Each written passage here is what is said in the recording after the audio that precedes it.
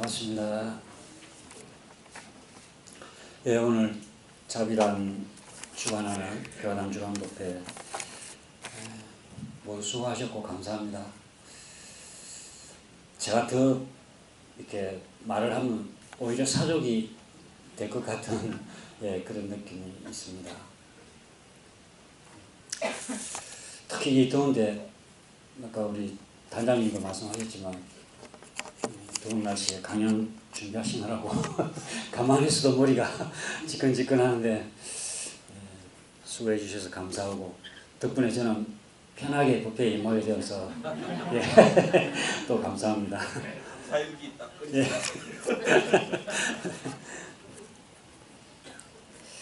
예. 우리 임윤정님 신용억지 말며 특징급 7조 강연해 주셨는데요. 예, 신용억지 말며라는 말의 뜻은 어떠한 것이고 왜 신용을 잃지 않아야 될 것인가 뭐 이런 뭐 의미에 의해서는 예, 우리가 너무나 그 중요함이나 이런 건 잘 알고 있죠.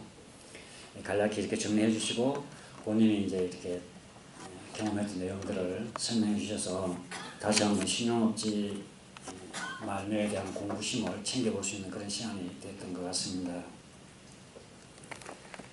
그 말씀 중에 특히 이제 자녀 딸과의 어떤 그 관계 이런 것도 이제 설명을 해주셨는데 저희들은 가만히 그 이야기 듣고 보니까 참 자녀 교육을 잘 해야 되겠다.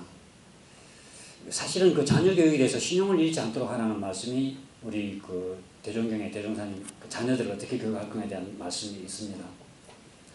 그리고 대산종사님께서도 그 법어집에 보면 거래편에 가는 사람만, 그러니까 이제 우리가 열반하신 분에게는 잘 가시라고 이렇게 이제 천도 독경을 올려드리잖아요. 가는 사람만 잘해줄 것이 아니라 오는 사람에게도 잘 맞이해야 된다고 하면서 태교에 힘써라. 그 말씀하시면서 중요한 내용 중에 하나가 신용을 지키라고 말씀했어요. 신용을 어떻게 잘 지킬 거냐. 근데 저희들은 가만히 보면 어릴 때부터 이게 신용에 대해서 굉장히 사실은 잘못된 교육을 받아왔지 않나. 용돈 엄마가 갖고 있다가 나중에 예, 줄게. 거기서부터 우리는 신용에 대해서 예, 교육을 잘못 받아왔지 않나. 그 대종사님께서 이제 교실에서 대각전으로 뷔페를 보러 가시다가 아이들이 인사를 하니까 이제 그 착하다고 칭찬을 하면서 그 약속을 하죠. 맛있는 거 주겠다.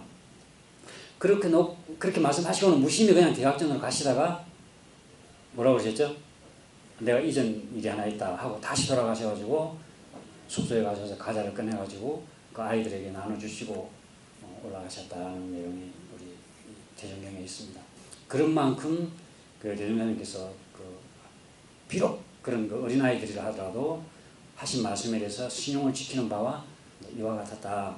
이런 말씀이 있으신데 어쨌든 우리가 자녀를 기르는 데 있어서 정말로 이 본문에도 소개된 것처럼 신용을 잘 이렇게 지도할 수 있는 그런 그 교육이 되어야 되겠다는 생각을 해봤습니다. 강연해 주셔서 감사드리고요.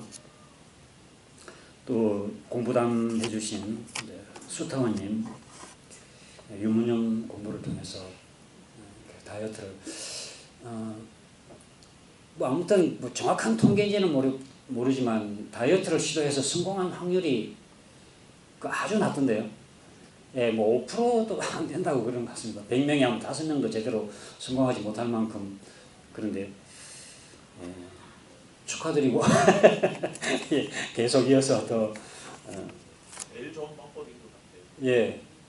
근데 실제로요, 이 먹는 거, 삼시세끼 먹는 걸 가지고 공부 기회로 삼는 것은 굉장히 이게 중요한 공부이고 아주 좋은 또 공부거리입니다. 사실 그게 하루 3번 밥 먹을 때마다 마음 딱 챙겨서 먹는 데 집중하고, 사실은 먹는 그 음식에 집중하다 보면 내가 막 보통 우리는 흑이라고 할까, 배고픔이라고 할까, 아니면 또 식탐, 먹고 싶은 그 마음에 끌려서 막 먹어버리는데 내가 맛에 가만히 집중해보면 그런 식탐이나 이런 내 마음 감정을 조절할 수 있는 힘이 생겨요. 아까 말씀하셨듯이 너도 먹고 싶지? 아니야. 이렇게 자기 마음을 보고 뭐랄까 제어한다고 할까요? 그럴 수 있는 힘이 생기는 거거든요. 예, 아무튼 아주 정말 실제 생활에 다가오는 중요한 그런 또 좋은 공부거리를 저희들에게 소개를 해주시고 또 어떻게 보면 성공 사례를 또 보여주셔서 저희들도 함께 그렇게 공부하면 좋겠다는 그런 공부심을 진작시켜 주신 것 같습니다. 명타우님 요즘 더욱이 이제 연세도 있으시고 또 날씨 더우시면 더 힘들어하시는 매년 여름마다 더 힘들어하시는 것 같은데 그런 중에도 말씀에는 굉장한 그 내공과 힘이 느껴지고 그 진솔한 공부 속에서 저희들이 참 이 교단 주간 법회가 참 굉장히 감사하게 다시 한번 느껴지는 시간이었습니다. 더 건강하셔서 또 공부도 더욱더 이렇게 법력이 정진되시기를 기원합니다. 안경화님 신고도 올려주시고 또 공부담 잠깐 말씀해 주시는데 신고 올리시는 목소리라고 해야 되나요? 뭐 톤이 조용조용하면서도 굉장히 마음을 간절하게 묶어주는 그런 신고여서 매우 참 감사합니다. 자칫하면 또 목소리가 좀 떨릴 수도 있고 그러다 보면 신고 올리는 내용에 집중이 잘 안 되고 문맥이 막 이렇게 꺼내야 될 자리에 끊지 않고 그냥 읽는데 급급할 수도 있는데 아주 정말 그 간절한 마음을 담아서 신고를 올려주셔서 함께 올리는 저희들도 더 마음도 간절해지고 그랬습니다. 공부하는 말씀도 끝으로 말씀은 잘 없으시고 그래서 이렇게 많이 이렇게 대화를 안 해봐서 자세한 내용은 모르지만 어쨌든 조용한 가운데도 공부심을 놓지 않고 생활하고 계시구나 하는 걸 느낄 수 있었습니다. 더욱더 공부에 큰 발전 이루시기를 염원하겠습니다. 아무튼 자비단 오늘 대단히 수고 많으셨는데 같이 한번 박수 한번 보내볼까요?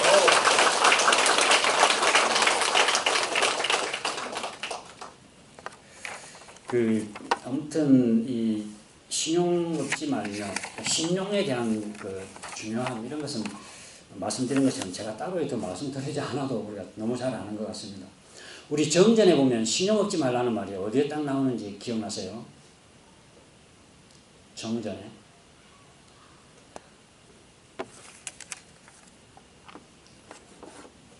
최초 보고 지도인으로서 준비할 요법에 보면은 두 번째가 지도받는 사람에게 신용을 잃지 말라는 말씀입니다.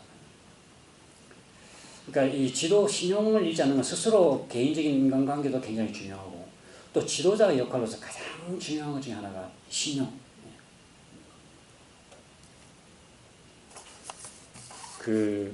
사람을 쓸 때 무엇을 먼저 볼까? 교당품 31장에 그런 말씀하셨어요. 대종사 말씀하시기를 사람에게 큰 일을 맡기려 하매 하늘에서 먼저 시험해보는 이치가 있나니 보통 사람도 하루 인구만 부리고 1년 머슴만 두려워하여도 그 자격과 신용을 먼저 보거든 하물며 천하대사를 맡기는 데 있었으리요. 그러므로 큰 일을 이루려는 사람은 먼저 마땅히 이 시험을 잘 통과해야 되리라.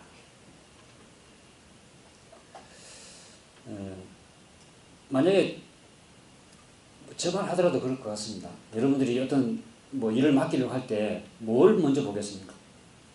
물론 그 사람의 능력이나 자질이나 이런 여러 가지도 보겠지만 믿음직한가?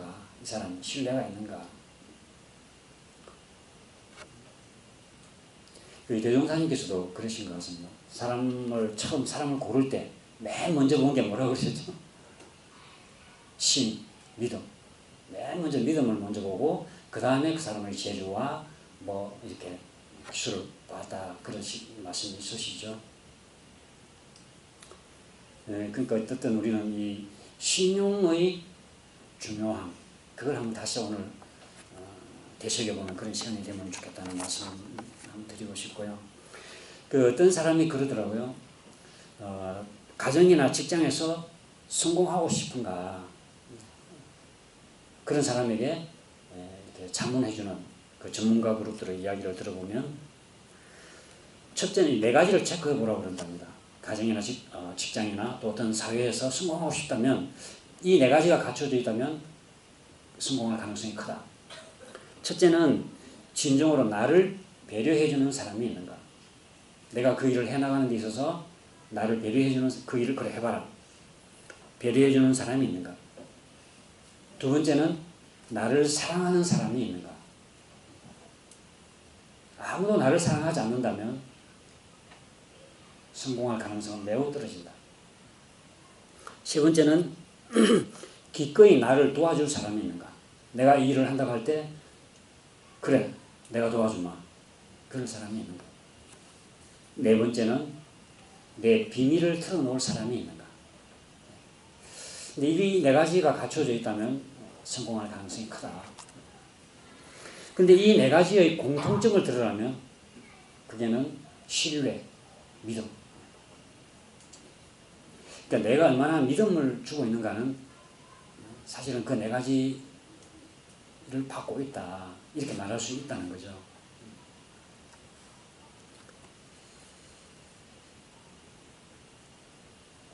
어쨌든 이 신용을 잃지 않도록 또 남들로부터 신뢰를 받을 수 있도록 그것이 나의 가장 중요한 어떻게 보면 자산이다. 사회생활을 해나가는 데도 그렇고 어떤 인간관계를 해나가는 데 그렇고 가장 중요한 자산이다 하는 것을 우리가 염두에 두고 오늘 이 교화단 법회를 통해서 다시 한번 신뢰를 쌓아가는 신용을 잃지 않는 그런 공부에 다시 한번 각성이 있으면 좋겠다는 말씀을 드리겠습니다. 그리고 이제 지난주 제가 설교 말씀을 드리면서 감사일기 쓰기를 한번 해보자 하는 말씀을 드렸죠. 지금 밴드를 통해서 우선 해보자고 했는데 현재 밴드에는 한 20분에서 25분 정도가 이렇게 하시고 계시는 것 같습니다. 또 그 이외에도 제가 아는 분 중에는 또 노트로 이렇게 하겠다고 저한테 말씀하신 분도 계시고 몇 분이 계시고 해서 함께 이렇게 동참해 주셔서 대단히 감사드립니다. 근데 일주일 정도 우리가 함께 뭐 개별적으로는 계속 아마 해 오신 분들도 물론 계시리라고 생각합니다만 함께 하기로는 우리가 지금 일주일 정도 한번 해보고 있는데 어떻던가요?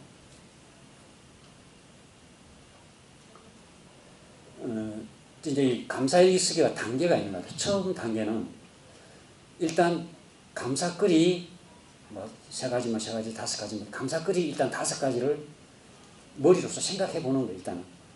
그게 첫 단계. 근데 생각해 보는 것도 중요하고 그것도 가능하면은 저녁에 매일매일 저녁에. 그래서 지금 우리 감사일기 쓰기는 그 날짜 저녁에 그날 저녁에 이렇게 올려주시는 분도 계시고 그 전날 저녁에 그날 하루를 메모해 놨다가 다음날 이제 그 전날 것을 올려주시는 분도 계시고 그렇습니다.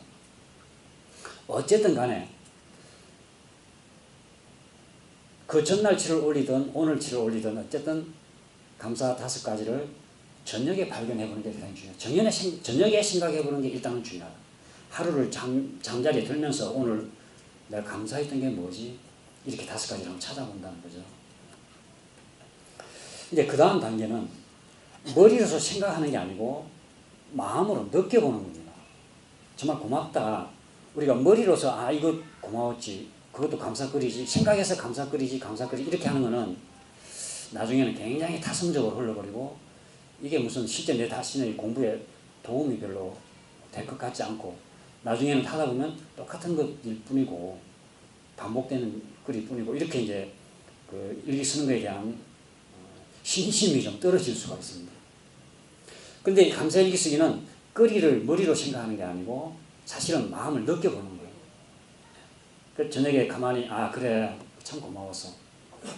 근데 가능하면 고마워서 하는 것도 왜 고마웠지 라고 하는 걸 이유를 반드시 한번 붙여보면 훨씬 더 그래 맞아 참 고마운 일이야.